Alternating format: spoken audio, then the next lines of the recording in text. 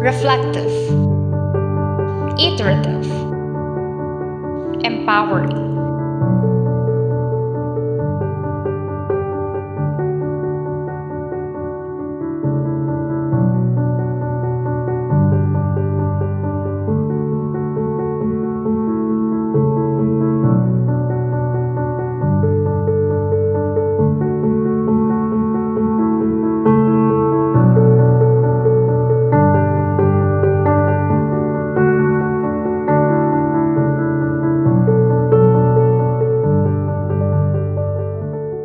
In a world where education is the key to unlocking limitless potential, there exists a transformative force known as classroom-based action research or CBAR. Imagine a classroom, a special place for learning, where teachers act like researchers and work really hard to make things better. It's like a big adventure. Teachers plan, do things, and think about how to do better. It's not just teaching, it's called CBAR. Action research is any research into practice undertaken by those involved in that practice, with a primary goal of encouraging continued reflection and making improvement. It can be done in any professional field but is particularly popular in the field of education. When it comes to teaching, practitioners may be interested in trying out different teaching methods in the classroom but are unsure of their effectiveness. Action research provides an opportunity to explore the effectiveness of a particular teaching practice, the development of a curriculum, or your students' learning, hence making continual improvement possible.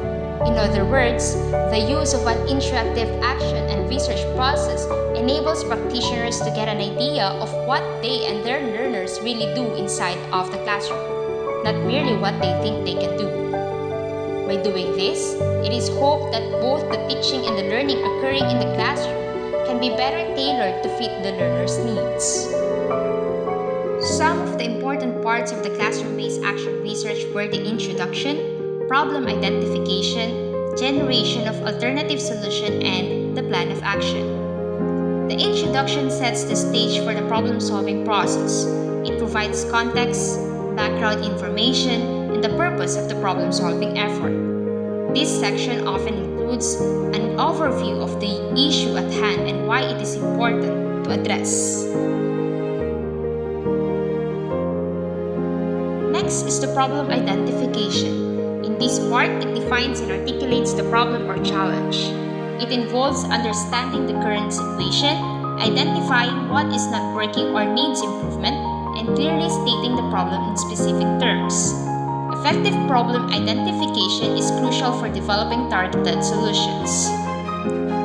Once the problem is identified, the next part is to brainstorm and generate various possible solutions or alternatives. This step encourages creativity and a broad exploration of potential approaches to address the problem.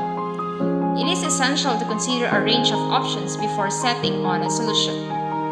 With the alternative solutions in mind, the plan of action outlines the specific steps that will be taken to implement the chosen solution. This includes a detailed strategy, timeline, allocation of resources, and responsibilities. The plan of action is essentially the roadmap for how the solution will be executed. The process of writing the action research usually starts with a question or an observation about a current problem. After identifying the problem area and narrowing it down to make it more manageable for research, the development process continues as you devise an action plan to investigate your question. This will involve gathering data and evidence to support your solution.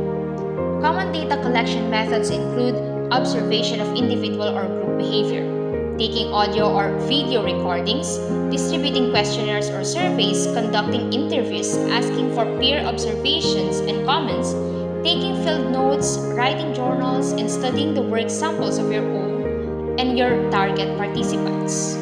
You may choose to use more than one of these data collection methods. After you have selected your method and are analyzing the data you have collected, you will also reflect upon your entire process of action research. You may have a better solution to your question now, due to the increase in your available evidence. You may also think about the steps you will try next or decide that the practice needs to be observed again with modification. Action research is more like like a cyclical process, with the reflection upon your action and research findings affecting changes in your practice, which may lead to extended questions and further action. This brings us to the essential steps of action research: identifying the problem, devising an action plan, implementing the plan, and finally, observing and reflecting upon the process. The research should comprise all of these essential steps. First, describe the context where the action research takes place. This could be, for example, the school in which you teach. Both the features of the school and the population associated with it, like the students and the parents, would be illustrated as well. Second, contain a statement of your research focus. This would explain where your research questions come from, the problem you intend to investigate, and the goals you want to achieve. You may also mention prior research studies you have read that are related to your action research study. Next, detail the method or methods used. This part includes the procedures you use to collect data, types of data in your report, and justification of your used strategies. Additionally, highlight the research findings. This is the part which you observe and reflect upon your practice. By analyzing the evidence you have gathered, you will come to understand whether the initial problem has been solved or not, and what research you have yet to accomplish. And lastly, suggest implications. You may discuss how the findings of your research will affect your future practice, or explain any new research plans you have that have been inspired by this report's action research.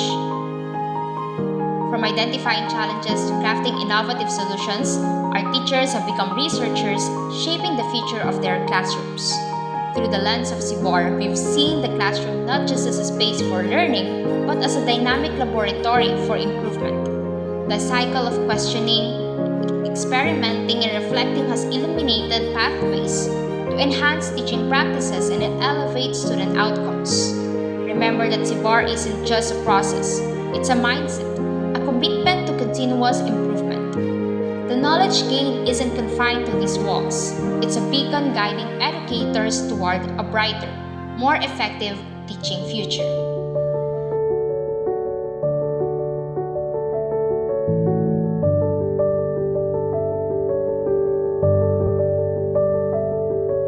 Join us in celebrating the journey of discovery, the triumphs of adaptation, and the pursuit of excellence within the heart of education. The story doesn't end here. It unfolds anew with every question asked, every solution explored, and every classroom transformed. Thank you for being part of this educational odyssey. The adventure continues, and the